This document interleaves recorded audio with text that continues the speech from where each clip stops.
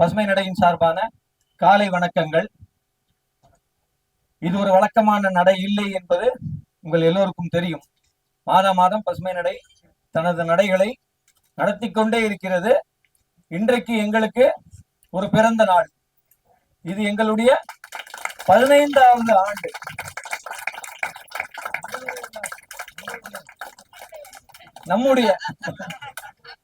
நம்ம எல்லாருடைய 15வது ஆண்டு தான். ஏன்னா இந்த முதல் நடைக்கு வந்த பலரையும் இன்னைக்கு நான் பாக்குறேன். எனக்கு அவ்வளோ மகிழ்ச்சியாக இருக்கிறது. 15 ஆண்டுகளுக்கு பின்னும் தொடர்ச்சியாக இந்த நடைக்கு 15 ஆண்டுகளாக வருபவர்களும் இருக்கிறார்கள்.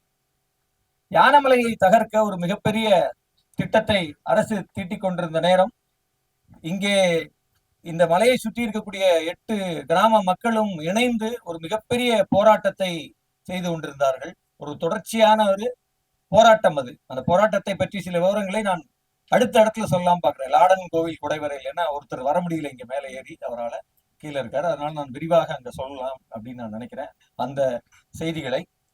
அப்படி ஒரு புத்தக கண்காட்சி நடைபெற்றுக் கொண்டிருக்கக்கூடிய நேரம், என்னுடைய யானமலையை சூழ்ந்த தீவினை என்கிற ஒரு கட்டுரை வெளிவந்தது. அந்த கட்டுரையின் விளைவாக மதுரையிலிருந்து ஒரு சிறு குழு, அந்த புத்தக கண்காட்சி நடைபெற்று அது நடக்கிற நேரம் உங்களுக்கு தெரியும், 10 நாளும் நண்பர்கள் எல்லாம் 10 நாளும் சந்திச்சுக்கிட்டு இருப்போம். அப்படி ஒரு சிறிய குழுவாக ஒரு 15 பேர் இங்கே வரலாம் என்று திட்டமிட்டு, அது 15ஆக இல்லாமல் 33ஆக மாறி, வந்தவங்க எல்லாம் 2 வீலர்ல இன்னொருத்தரையும் ஏத்திட்டு வந்து, சரி ஒரு 30 பேரா வரப்போறாங்கன்னொன்னே நம்ம என்ன செய்யறதுன்னு எனக்கு தெரியவே இல்லை. அப்ப நான் வேகமாக, அதாவது கைக்கு மருந்து மாதிரி, வீட்டுக்குள்ள இருக்க ஒரு மருந்து எடுப்போம் இல்லையா, கை மருந்து மாதிரி, எங்கள் சுந்தர்காளி உடனடியாக அவரை கேட்டேன். அவர் உடனடியாக வர சம்மதிச்சார்.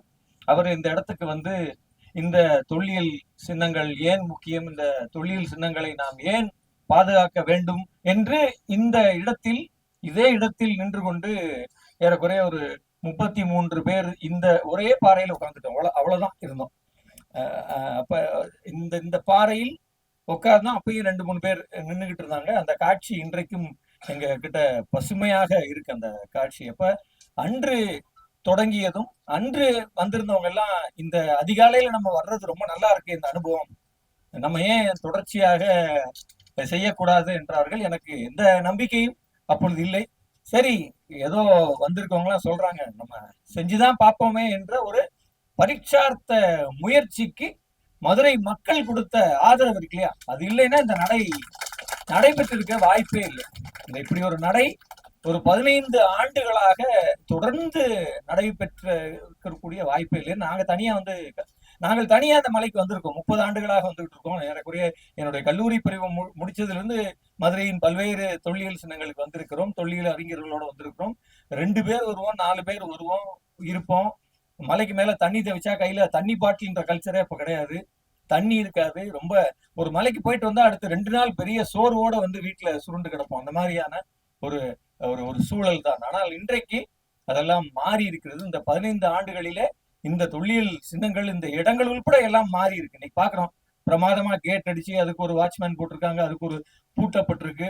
நாங்க முதல் முறை வரும்போதெல்லாம் அந்த படியிலே ஏறி வர முடியாதபடிதான் இருந்தது. இந்த படி எல்லாம் அவ்வளவு மோசமாக. இன்றைக்கு அப்படி இல்லை. ஏறக்குறைய தொல்லியல் சின்னங்களை குறித்த ஒரு விழிப்புணர்வு வந்திருக்கிறது. இன்னும் நம்ம அதை பற்றி விரிவாக பேசலாம். நான் இன்னைக்கு திரும்பி பேசணும் அப்படின்னு நினைச்சிட்டு இருக்கேன். நிறைய விஷயங்களை சொல்லணும் அப்படின்னு நான் நினைச்சிட்டு இருக்கேன். அதனால் முதல் நடைக்கு வந்தது போலவே நான் இந்த நடைக்கும் வந்த உங்கள் எல்லோரையுமே இந்த நடையினுடைய பங்காளிகளாக தான் பார்க்கிறேன். இந்த நடையுடைய ஓனர்ஸை தான் பார்க்கிறேன். இந்த நடை இப்படி நீங்கள் வரவில்லை என்றால் சாத்தியமில்லை. இந்த 15 ஆண்டுகளாக நாம் பேசிய செய்திகள், பகிர்ந்த விஷயங்கள், இது எதுவும் நீங்க வரலைன்னா சாத்தியம் இல்லை. நாங்க பாறையை பார்த்தான் தனியாக பேச வேண்டியது இருக்கும். நிச்சயம் இது நிறைய பேருக்கு நம்பிக்கை அளிச்சிருக்கு என்பதை நான் பாக்குறேன். நமக்கு இந்த 15 ஆண்டுகள்ல ஊடகங்கள் ஒரு மிகப்பெரிய சப்போர்ட் கொடுத்திருக்காங்க. சமூக ஊடகங்கள் நமக்கு ஒரு பெரிய தளமாக திகழ்ந்திருக்கு. ஏன்னா இந்த செய்திகளை எல்லாம் இல்லைன்னா இவ்வளவு பேர்கிட்ட நம்ம கொண்டு போயிருக்க முடியாது. அப்ப அப்படி பல்வேறு காரணிகள் இருக்கு இந்த சக்சஸுக்கு பின்னால. அதில் முதன்மையான காரணியாக நான் உங்களை பார்க்கிறேன். அல்லது இன்று இந்த நடைக்கு வர முடியாதவங்க பலர் இருக்காங்க. இன்னைக்கு சுந்தரகாளி இந்த இடத்திலே நின்று அவர் இன்னைக்கு நான் பேசணும்னு ரொம்ப விருப்பப்பட்டேன். ஏன்னா அவர் தான் அந்த முதல் விதை அல்லது அந்த முதல் இன்ஸ்பிரேஷன் அவர் தான். இன்னைக்கு அவருக்கு உடல் நலம் இல்லாமல் அவர் வர முடியாமல் போனது எனக்கு பெரிய வருத்தத்தை அளிக்கிறது. வழக்கம் போல் இந்த நடையும் இப்பொழுது இந்த இடத்தின் வரலாற்றை பற்றியும் இந்த பசுமை நடையை பற்றிய பேராசிரியர் கண்ணன் அவர்களினுடைய உரையோடு தொடங்கும். பேராசிரியர் கண்ணன் தொடர்ச்சியாக பசுமை நடையோடு இந்த 15 ஆண்டுகளாக ஒரு ஒரு இணக்கமான தொடர்பில் இருப்பவர். அவரோ சாந்தலிங்கமோ தோப்பா ஐயாவோ சுந்தரகாளியோ ஏன்னா ஒரு பெரிய பட்டியல் இருக்கு. நாங்கள் கூப்பிட்டா வந்தாங்க எல்லாரும். நாங்க அழைத்தாலே அவங்க அந்த நடையை நோக்கி அவ்வளவு விருப்பமாக வந்தாங்க. அப்படி ஒரு பெரிய பேண்ட் வேகன் ஆஃப் என்ன சொல்றது, தொல்லியல் அறிஞர்கள், வரலாற்று அறிஞர்கள், பேராசிரியர்கள் பலரும் வந்துதான் இந்த இந்த இந்த இந்த இந்த பசுமை நடையை ஒரு பெரிய இன்னைக்கு தமிழகம் தழுவிய அல்லது உலகம் தழுவிய தமிழர்களுக்கு இந்த சொல் தெரியும். இன்னைக்கு பசுமை நடை என்று ஒன்று நடக்குது அப்படின்னு தெரியும். அந்த அளவுக்கான ஒரு ஒரு இந்த வீச்சை கொடுத்தது இருக்கு இல்லையா, அது வந்து இந்த இந்த தொல்லியல் அறிஞர்கள் தான். நாங்க முதல் 4-5 நடை நடக்கும்போது கொங்கர்புலியங்களுக்கு ஒரு நடைக்காக போறோம். அப்ப நாங்க பல்கலைக்கழகம் வாசல்ல ஒரு 50 பேர் அவ்வளவுதான் கூடுவோம். அப்ப 50-60 பேர் பல்கலைக்கழக வாசல்ல நின்றுட்டு இருக்கோம். அப்ப நாங்கெல்லாம் நின்று டீ குடிச்சுக்கிட்டே இருக்கோம். அப்ப அந்த பல்கலைக்கழகத்தோட வாசல்லே அந்த SBIக்கு முன்னால ஒரு டீ கடை இருக்கும். அப்ப வேகமாக ஒரு போலீஸ் ஜீப் அங்க வந்து நின்றுச்சு. அவர் எங்களெல்லாம் எதுவுமே கேட்கல, நேரா போய் அந்த டீ கடைக்காரர்கிட்ட இது என்னதுன்னு கேட்டாரு. சார் பசுமை பிளாட் பிளாட் பார்க்க போறாங்க சார், ரியல் எஸ்டேட். நாங்கெல்லாம் அப்படியே அமைதியா இருந்தோம். அவர் வேகமா போனார், போலீஸ் அவர் வேலை முடிச்சு போயிட்டார். போன பிறகு டீ கடையில விழுந்து சிரிச்சோம். எனக்கு அதெல்லாம் இப்ப நினைவுக்கு வருது, எப்படியெல்லாம் இந்த ஊர் நம்மளை பார்த்துச்சு அப்படி. சார் ஏதோ பசுமை பிளாட் பார்க்க போறாங்க கொங்கர் புள்ளிங்களுக்கு. அப்ப இன்னைக்கு அப்படி இல்லை.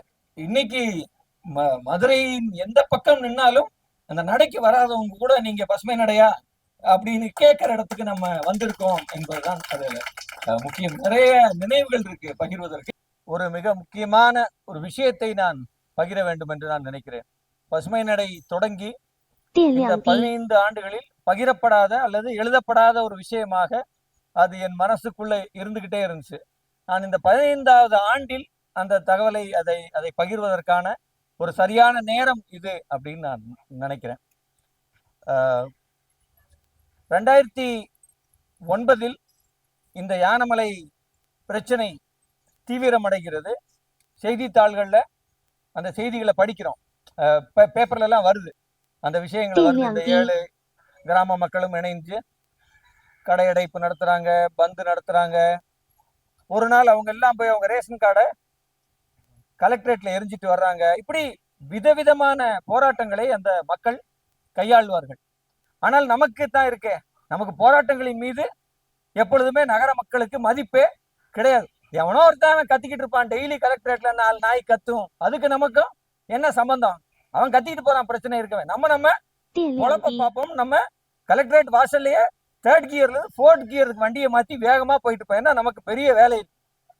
ஆனா எப்பயுமே இந்த மாதிரி எங்கேயோ போராடிக்கிட்டு இருக்கவங்க நமக்கு சேர்த்து தான் போராடுறவங்க என்கிற அறிவு இந்த சமூகத்துக்கு எப்பொழுதுமே இல்லை.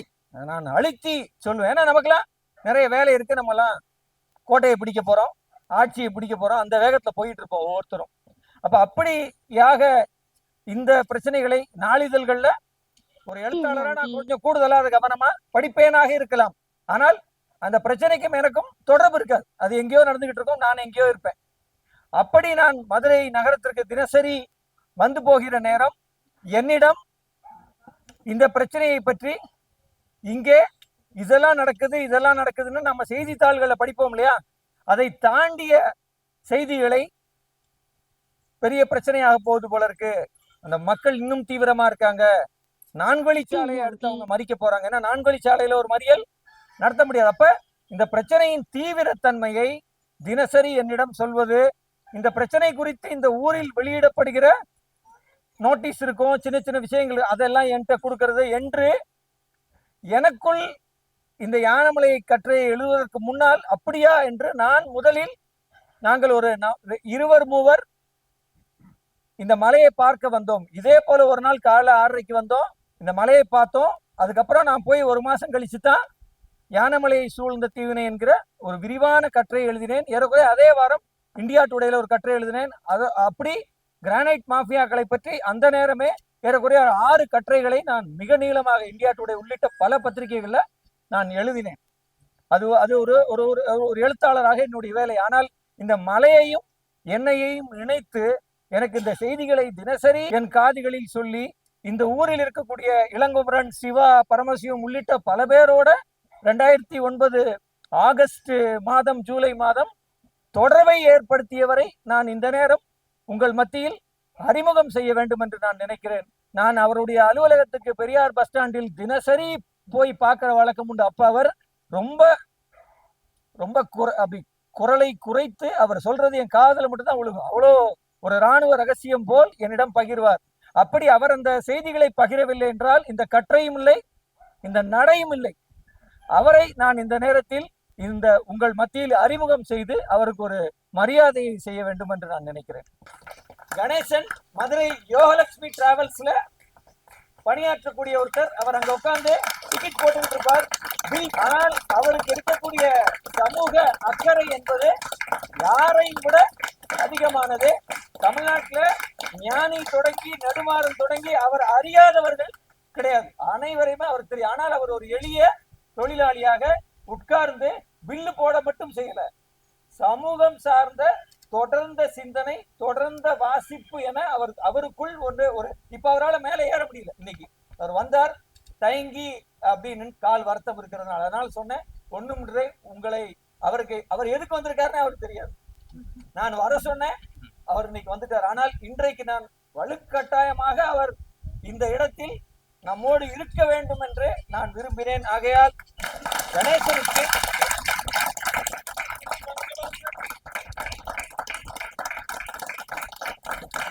என்கிட்ட சின்ன கேமரா இருக்கு, ஒரு விஜிஏ கேமரா, இவ்வளவுதான் இருக்கும்.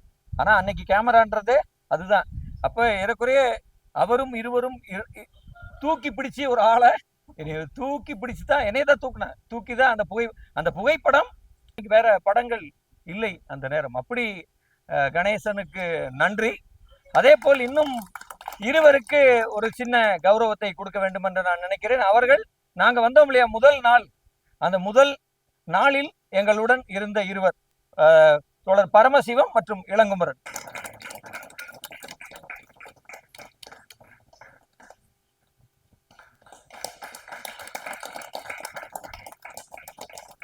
பொதுவாக நான் சொல்வேன், எளிய யோசனைகளை உங்கள் வாழ்க்கையில் புறந்தள்ளாதீங்க.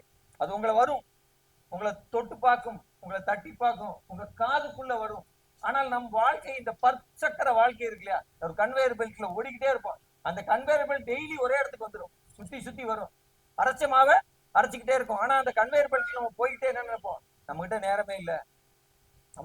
நேரமே இல்லை, நம்ம டெய்லி ஓடிபியை போட்டு பாஸ்வேர்டு போட்டு பேங்க் அக்கௌண்ட் இறங்கியிருக்கா, கூடிருச்சா குறையலையா, பங்கு சந்தையில கூடிருச்சா குறையலையா என்று ஏறக்குறைய ஒரு கம்ப்யூட்டர் முன்னால உட்கார்ந்து ஏறக்குறைய ஒரு முடமானவர்கள் போல் ஏதோ ஒரு சின்ன திரையிலையோ பெரிய திரையிலையோ ஒட்டி கிடக்கும். யார் பேசுறதையும் கேட்பதற்கு நம்மிடம் காதுகளே இல்லை. அந்த காதுன்ற உறுப்பு இன்னும் கொஞ்ச நாள் இருக்குமா, இல்ல தேவையில்லாம உதிர்ந்து விழுந்துருமான்னு தெரியல. ஆனா நம்மிடம் எளிய விஷயங்கள் நம்ம கதவை தட்டிக்கிட்டே இருக்கோம். எளிய மனிதர்கள் சிறிய பொறியை போல் கொண்டு வந்து காமிப்பாங்க. அது பிடிச்ச இடத்துலதான் ஒரு மிகப்பெரிய தீ பிடிப்பதற்கான வாய்ப்பு இருக்கு. இல்லைன்னா ஒருபோதும் இந்த வாழ்க்கையில எப்படி இருக்கும், ஒரு ஸ்விம்மிங் பூல்ல 4 மணி நேரம் குளிச்சு எந்திரிச்ச மாதிரி ஊறி போயிருக்கும், எந்த தீயும் பிடிக்க வாய்ப்பே இல்லை. அப்ப எளிய விஷயங்களை காது கொடுத்து கேட்பதும் அதில் என்ன இருக்கு என்று பார்ப்பதும் ரொம்ப ஒரு முக்கியம் என்று நான் இதிலிருந்து கற்றுக்கொண்டதை நான் அப்படித்தான் நினைக்கிறேன். கணேசன் என்னிடம் சொன்ன அந்த எளிய விஷயங்களை நான் தொகுத்து இந்த நடையே இல்லை என்பதை நான் நினைக்காத நான் இல்லை, நிச்சயமா இல்லை, நடையே இருந்திருக்க வாய்ப்பு இல்லை. அவருக்கு இந்த ஊர்ல இருந்து நிறைய லக்கேஜ் அவருடைய கார்கோ சர்வீஸ் யோகலட்சுமி டிராவல்ஸ்ல சென்னைக்கு ஏறும். அப்ப அந்த ஒரு லாரி லோடுல சாப்ட்வேர் பொருள் வரும், இங்க இருக்கக்கூடிய சில்வர் பட்டறையோட பொருள் வரும். அந்த வண்டியில அவர் ஏற்றாத பொருள் இல்லை மதுரையில. ஆனால் இந்த பொருளை மட்டும் அவர் ஏற்ற மாட்டார். அந்த பொருளுக்கு பின்னால் இருக்கக்கூடிய கதையை, ஒவ்வொரு தொழிலிலும் இருக்கக்கூடிய உழைப்பிலும் இருக்கக்கூடிய பிரச்சனைகளை அறிந்து கொள்வார். அவர் பில்ல போட்டு 4 பார்சல் 120 ரூபான்னு முடிய மாட்டார். சொல்லுவாரு, இன்னைக்கு சில்வர் பற்ற தொழில சம்பளம் குறைவா இருக்கு, ரொம்ப கஷ்டப்படுறாங்க, ஒரு 1000 குடும்பம் இங்க இருக்கு. அப்ப அவர் தன்னுடைய வேலையை மட்டும் செய்யவில்லை, அதற்கு பின்னால் இருக்கக்கூடிய பெயின், அதுக்கு பின்னால் இருக்கக்கூடிய கஷ்டம், அப்படி நம் ஒவ்வொருவருக்கும் வாழ்க்கையில ஏராளமான ஆட்கள் கிராஸ் ஆகிட்டே இருக்காங்க. நம்ம காதை பஞ்ச வச்சு அடைக்கிறோம், இப்ப கான்கிரீட்டை ஊத்தி அடைச்சிருக்கோம். அதான் பிரச்சனை. ஏன்னா நம்ம எதையுமே அதெல்லாம் கேட்டா அது நம்ம தலைக்குள்ள போய் ப்ராசஸ் ஆனா பதட்டம் வந்துடும், நம்ம வேலை கெட்டுரும். நம்ம வேலையை மட்டும் பார்ப்போம், ஒன்றும் ஒண்ணு சமய கட்டுக்குள்ள கிடப்போம், இல்லைன்னா ஒரு அலுவலகத்துல கிடப்போம். அது எந்த வேலையா இருந்தாலும் அந்த வேலையை தாண்டி, அந்த ருட்டீனை தாண்டி, உங்கள் அன்றாடங்களை தாண்டி உங்களுடைய ஏதாவது ஒரு ஆண்டனா, ஏதாவது ஒரு சிக்னலை பிக் பண்ணவங்களுக்கு வாழ்க்கை வேற. பிக் பண்ணலைன்னா வெந்ததை தின்று விதி வந்து செத்துரும். இதை நான் சொல்லிக்கிட்டே இருக்கேன். அது உங்களை காயப்படுத்தினாலும் எனக்கு கவலை இல்லை. ஆனால் இதுதான் வாழ்க்கையை நாம் அதற்கு அடுத்த கட்டத்துக்கு கொண்டு போக தயாரா இருக்குமா? வாழ்க்கையை கொஞ்சம் இன்னொரு எக்ஸ்டென்ஷன் தயாரா இருக்கணுமா? என்னிடமே நிறைய பேர் கேட்பாங்க, சார் இவ்வளவு பெரிய நடைய நடத்துறீங்களே, பணம் எங்க இருந்து வருதுன்னு. அதுல ஒவ்வொரு நடை முடிச்ச உடனே அன்னைக்கு சாயங்காலம் கடன் தான் வரும் ஆனா வேண்டும் என்று நாங்கள் நினைக்கிறோம். இது ஒரு கல்யாண வீடை போன்றது, ஒரு விசேஷ வீடை போன்றது, ஒரு கெட்டுகுதல் போன்ற உணர்வை கொடுப்பது. இன்னைக்கும் முதல்ல நான் கண்ணன் சார்ட்ட, சார் நீங்க இந்த 15 வருஷம் உங்க அனுபவத்தை பேசுங்க, ஆனால் அதுக்கப்புறம் மனசு கேட்கல. ஏன்னா இன்றைக்கு முதல் முறையாக இந்த நடைக்கு வந்த பலர்கள் இருக்காங்க. அப்ப புது நியூ அட்மிஷன் இருக்கிற வரை நம்ம செய்திகளை சொல்லியே ஆகணும். கலைஞர் டிவிலையும் சன் டிவிலையும் போட்டோ படத்தை 50 தடவை பார்த்து வசனம் மனப்பாடம் ஆகுது. இந்த தொல்லியல் தகவலும் உங்க தலையில மனப்பாடம் ஆகி கொலையட்டும், பிரச்சனை இல்லை, நடக்கட்டும். அதுவும் போய் கிடக்கட்டும். எவ்வளவு பெரிய ஆர்டிஸ்ட்க்கு 1 டிபியா 2 டிபியா, அது அந்த ஆர்டிஸ்ட் உடைய பரப்பளவு என்னன்னு தெரியல. ஆனா எந்த தகவலையும் போக விடாம கச்சிதமா அடைச்சு வச்சிருக்கோம், இரும்பு கதவு போட்டு அடைச்சு வச்சிருக்கோம். அப்ப அதை திறந்து விடுங்கள், வாசியுங்கள். முதல்ல நிறைய வாசிங்க, அதைத்தான் நம்ம சொல்றோம். தொடர்ந்து இலக்கியங்களை வாசிங்க, வரலாற்றை வாசிங்க, ஏதோ ஒன்றை வாசியுங்கள். உங்களை சுற்றிலும் திறந்து பயன்படுத்தவும் செய்யறாங்க. இல்ல அந்த மாற்றத்தை தான் நம்ம 15 வருஷத்துல பாத்துக்கிட்டு இருக்கோம். இன்னைக்கு அந்த மாற்றத்தை தான் பசுமை நடை செய்ய வேண்டும் என்று விரும்புகிறது. பசுமை நடையின் சாதனையாக நாம் பார்ப்பது இங்கே வரக்கூடிய குழந்தைகளும் நடுத்தர வயது. ஏன்னா குழந்தைகளை விட எனக்கு அந்த நடுத்தர வயதுல இருக்கவங்க மேலேயும் நம்பிக்கை இருக்கு. ஏன்னா அவங்க கிட்ட எஞ்சிய ஒரு காலம் இருக்கு, எஞ்சிய வாழ்க்கை இருக்கு. அவங்க இப்ப நினைச்சா கூட அந்த இரும்பு கதவை கலட்டி காங்கிரீட்டை உடச்சி எரிஞ்சு கேட்க ஆரம்பிச்சிடும். சிஸ்டம் வேலை செஞ்சிடும். சிஸ்டம் சரியில்லை சொல்றதை விட இருக்க சிஸ்டத்தை வேலை செய்ய வைக்கிறதுக்கான வழி என்ன என்பதுதான் நமக்கு இருக்கக்கூடிய ஒரு மிகப்பெரிய சவால். இது எந்த அளவுக்கு இந்த நடை பெருசா இருக்கு அப்படின்னு உங்களுக்கு ஒரு புள்ளி விவரம் சொல்றேன்.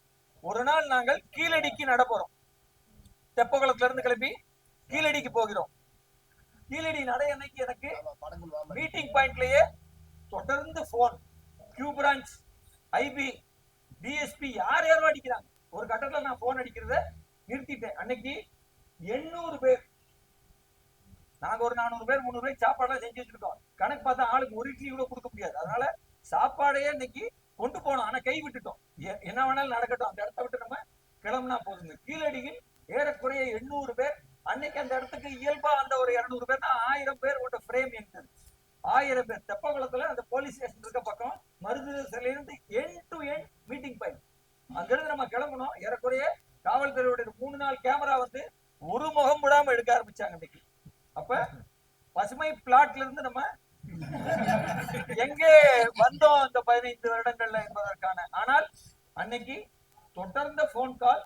ஒரு கட்டத்துல நான் சொன்னேன், நடையை நடத்தி முடிக்காமல் என்னால் உங்களிடம் பேச முடியாதுன்னு சொல்லி தெப்பகுளம் போலீஸ் ஸ்டேஷன்ல நான் போய் அங்க உட்கார வைக்கப்பட்டேன். 3:30 மணி வரைக்கும் விசாரணை. நினைக்கிறேன் 3:30 மணி வரைக்கும் அன்றைக்கு விசாரணை.